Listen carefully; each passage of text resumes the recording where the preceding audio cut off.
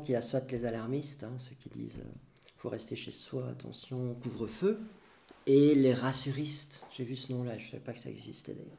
Comme si d'ailleurs rassurer était mauvais. Alors que moi, j'ai toujours trouvé que rassurer, dans mon métier en plus, c'était bien. Mais bon, mais il y a le réalisme entre les deux, je crois.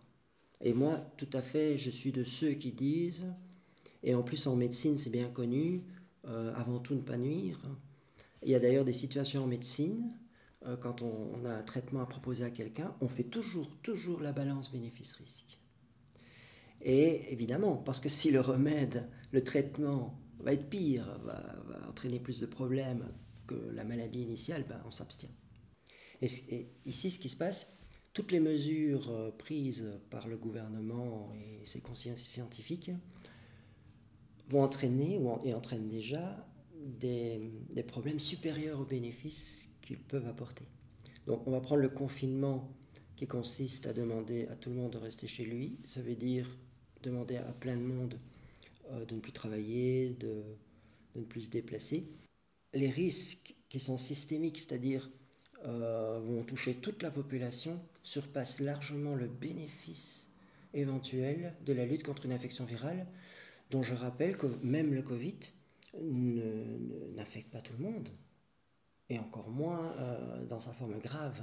Il y a beaucoup de gens qui ne l'ont pas fait, beaucoup de gens qui l'ont fait sans s'en rendre compte, les fameux asymptomatiques. Il y a des gens qui l'ont fait, ils ont eu simplement une perte de goût.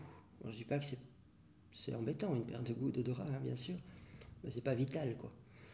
Et pour les formes graves qu'on commence à connaître de mieux en mieux en soins intensifs, et donc à mieux en mieux soigner, et on reconnaît un peu les personnes à risque, c'est essentiellement des personnes qui ont des facteurs de comorbidité, mais pas seulement, c'est vrai.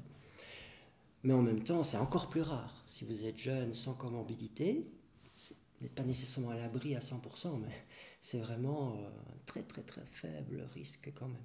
Donc on est face à une maladie qu'on est en train de connaître de mieux en mieux, jamais qu'une infection virale, contre laquelle on a un système immunitaire, normalement, plus des aides, hein, avec les vitamines, etc. Et on confine tout le monde. C'est disproportionné, c'est vraiment, enfin c'est plus que ça, je me retrouve un mot plus fort que ça, c'est fou d'appliquer cette mesure donc face au problème. Là on est clairement dans le nuire, alors que voilà, le principe de la médecine c'est même pas soigner, hein, c'est avant tout ne pas nuire. Primum non nocere, c'est avant tout ne pas nuire.